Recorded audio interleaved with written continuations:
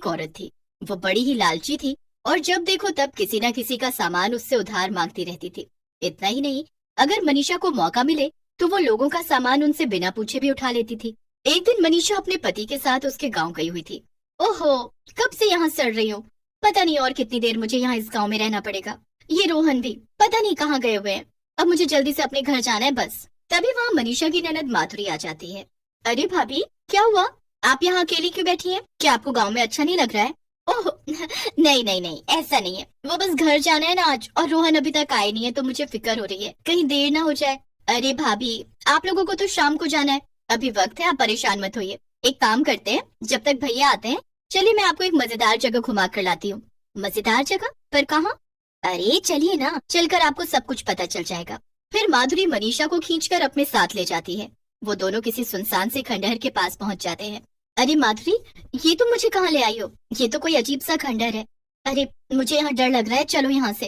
अरे भाभी डरिए मत, ये तो बड़ी मजेदार जगह है। सुना है यहाँ एक चुड़ैल भी रहती है। क्या? चुड़ैल? तुम पागल हो क्या माधुरी? अगर यहाँ चुड़ैल है तो मुझे यहाँ क्यों लेकर आई हो? अरे बाप रे, मैं तो यहाँ से भाग रही हूँ, तुम्हें रुकना है तो रुको। इतना कहकर मनीषा वहाँ से जल्दी से भागने लगती है, लेकिन उसके पैर के नीचे कुछ आता है और उसे चुभ जाता है। आ आ अरे मर गई, ये क्या है? मनीषा ने देखा कि दो सुंदर झुमके उसके पैर के नीचे पड़े थे। अरे वाह, कितने सुंदर झुमके हैं ये तो। माधुरी पीछे से दौड़कर आती है और मनीषा जल्दी से झुमके छुपा लेती है। क्या हुआ भाभी, आप ठीक तो हो? क्या चुभा आपको? अरे अरे कुछ नहीं हुआ, लगता है कोई कांटा आ गया था, कोई बात नहीं, मैं ठीक हूँ। चलो अब घर चलते हैं। मनीषा और माधुरी दोनों वापस घर आ जाते हैं और मनीषा अपने पति रोहन के साथ वापस शहर के लिए निकल पड़ती है। जब मनीषा अपने पति के साथ कार में बैठकर वापस आ रही थी तो उसे अचानक से ऐसा लगा कि पीछे वाली सीट पर कोई बैठा है। वो पीछे मुड़कर देखने लगी। क्या हुआ मनीषा, क्या बात है? पीछे क्यों देख रही हो बार बार? अरे मुझे ऐसा लगा जैसे पीछे वाली सीट पर कोई है, लेकिन यहाँ तो कोई नहीं है। जरूर कोई भूत या चुड़ैल होगी। चलो तुम्हें क्या, उसे बैठने दो आराम से यहाँ पे। मनीषा और रोहन दोनों इस बात पर हंसने लगते हैं। थोड़ी देर में दोनों अपने घर पहुंच जाते हैं।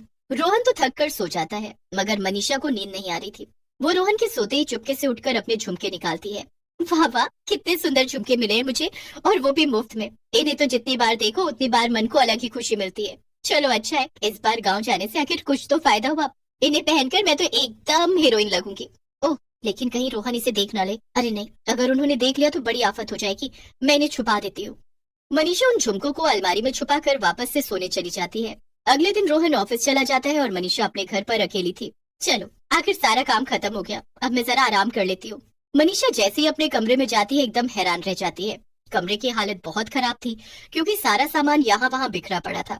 अरे ये सब क्या है? लगता है ये सब रोहन ने किया है। पता नहीं क्या ढूंढ रहे थे वो कि पूरा कमरा बिखरा कर चले गए। आने दो, आज ऑफिस से अच्छी खबर लूंगी। मनीषा फिर से अपने कामों में लग जाती है और रात को रोहन घर वापस आता है। आ गए? क्या ढूंढ रहे थे सुबह जो सारा कमरा बिखरा के गए थे? क्या? मैं? नहीं तो, मैं तो कुछ भी नहीं ढूंढ रहा था, और ना ही मैंने कमरे में कुछ किया। चलो चलो, अब बातें मत बनाओ। आइंदा ऐसा मत करना वरना तुम्ही से सारी सफाई करवाऊंगी। रोहन मनीषा को समझाता रहता है कि उसने कमरा गंदा नहीं किया था, पर वो उसकी एक नहीं मानती। खाना खाने के बाद मनीषा ड्राइंग रूम में रोहन के साथ बैठी थी और तभी उसकी नजर सामने लगे शीशे पर पड़ी। उसे उन दोनों के ठीक पीछे एक चुड़ैल की परछाई दिखाई दी। मनीषा ये देखकर चिल्ला दी। क्या हुआ मनीषा, क्यों चिल्ला रही हो? चुड़ैल, चुड़ैल वहाँ तुम्हारे पीछे। रोहन ने मुड़कर देखा तो वहाँ कोई भी नहीं था। क्या बोल रही हो मनीषा, यहाँ तो कोई भी नहीं है। जरूर तुम्हें कोई वहम हुआ है। नहीं नहीं, मुझे पूरा यकीन है, मैंने वहाँ एक चुड़ैल को देखा था, मुझे कोई वहम। मनीषा डरते डरते रोहन के साथ सोने चली जाती है, लेकिन रात भर वो उस चुड़ैल के बारे में ही सोच रही थी। सुबह उठकर रोहन फिर से मनीषा को समझाता है कि चुड़ैल बस उसके मन का वहम ही था, और फिर वो अपने ऑफिस चला जाता है। मनीषा किचन में थी और खाना बना रही थी, लेकिन जैसे ही वो मुड़कर पीछे देखती है चुड़ैल ठीक उसके सामने खड़ी थी। बचाओ बचाओ, चुड़ैल, चुड़ैल कोई मुझे बचाओ। अरे चिल्लाना बंद कर, मेरे कान के पर्दे फाड़ेगी क्या तू? मनीषा चुड़ैल को सामने देखकर डर से कांप रही थी। कौन हो तुम? क्यों आई हो मेरे घर में? क्या चाहिए तुम्हें? ओहो, देखो जरा इस भोली को, एक तो चोरी, ऊपर से सीना चोरी। चोरी? कैसी चोरी? मैंने कोई चोरी नहीं की है। हाँ अच्छा, ऐसी बात है, तो फिर वो झुमके किसके थे जो पहनकर तू परसों रात को यहाँ वहाँ टहल रही थी? ये सुनकर मनीषा घबरा जाती है। वो तो मेरे पति ने मुझे दिलाए थे। झूठ बोलना बंद कर, वो झुमके मेरे हैं और तूने मेरे घर से आकर चुराए हैं। उन्हें मुझे वापस कर दे वरना तेरी खैर नहीं है। अरे भला मैं अपने झुमके तुम्हें क्यों दूं? चलो चलो जाओ यहाँ से। चुड़ैल समझ गई कि मनीषा बहुत लालची औरत है और वो ऐसे नहीं मानेगी। चुड़ैल उस वक्त वहाँ से चली जाती है, लेकिन ठान लेती है कि वो मनीषा को सबक जरूर सिखाएगी। मनीषा ने रोहन को चुड़ैल के बारे में कुछ भी नहीं बताया था, क्योंकि उसे डर था कि रोहन चुड़ैल के झुमके वापस करने को कहेगा। 3 दिन बाद मनीषा का बर्थडे था और घर में पार्टी थी। चुड़ैल भी बेसब्री से इसी मौके का इंतजार कर रही थी। पार्टी का दिन आ गया और घर में बहुत सारे मेहमान आए हुए थे। रोहन मनीषा के साथ केक कटवाता है और सभी मनीषा को बर्थडे विश करते हैं। Happy birthday Manisha. बताओ तुम्हें मुझसे क्या गिफ्ट चाहिए? मुझे एक सुंदर सी चेन दिला दो रोहन, मेरे पास उसके मैचिंग झुमके भी हैं। अच्छा, मगर तुम्हारे पास झुमके कहाँ से आए मनीषा? मैंने तो नहीं दिलाए। हाँ वो मुझे मेरी माँ ने दिलाए थे। हाँ, तभी चुड़ैल भी वहाँ आ जाती है। अच्छा, तो मैं तेरी माँ हूँ। चुड़ैल को देखकर पार्टी में खड़े सभी लोग डर के मारे वहाँ से भाग जाते हैं और रोहन भी डर जाता है। तू फिर से आ गई? ये क्या? ये तो सच में एक चुड़ैल है। तुम सही कह रही थी मनीषा, घर में चुड़ैल थी।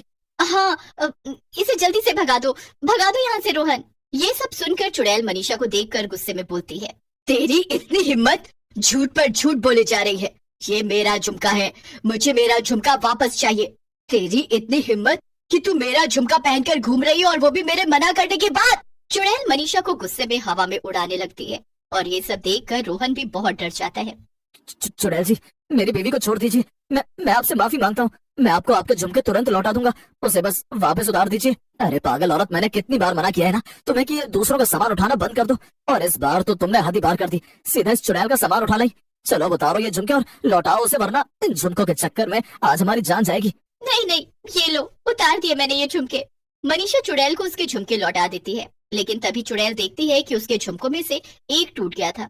ये देखकर चुड़ैल गुस्से से लाल हो जाती है और मनीषा की गर्दन पकड़ लेती है। तेरी ये मजाल, तूने मेरे झुमके तोड़ दिए, तेरी आज खैर नहीं। नहीं, उसे छोड़ दो चुड़ैल जी, मुझे लाओ झुमके। मैंने अभी के अभी बनवा कर लाता हूँ। रोहन की बात सुनकर चुड़ैल का गुस्सा कुछ कम हो जाता है और वो उसे झुमके दे देती है। अगर तू आधे घंटे के अंदर मेरे झुमके ठीक करा कर नहीं लाया तो मैं इसे मार डालूंगी। रोहन भागता हुआ जाता है और मनीषा चुड़ैल की कैद में वहीं बैठी रहती है। हे भगवान, ये मैंने कितना बड़ा पाप किया, न जाने अब क्या होगा। बेचारे रोहन को भी मेरी वजह से कितनी तकलीफ हो रही है। मनीषा ये सब सोच ही रही थी कि तभी रोहन भागते हुए वापस आता है। उसकी सांस फूल रही थी, लेकिन उसने चुड़ैल के टूटे हुए झुमके सही करा दिए थे। ये लो तुम्हारे झुमके, अब एकदम ठीक हो चुके हैं। अब मनीषा को छोड़ दो। आखिरकार मुझे मेरे झुमके वापस मिल ही गए। इसके लिए मुझे कितनी दूर आना पड़ा। इन्हें मैंने मरने से पहले बरेली से लिया था, मैं इन्हें कैसे छोड़ देती।